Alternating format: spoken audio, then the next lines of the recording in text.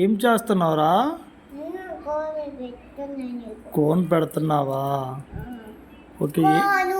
Okay, ఏం design వేస్తున్నావు? ఆరాధ్య పేరు రాస్తున్నావా? నీ పేరే కదా ఆరాధ్య అంటే.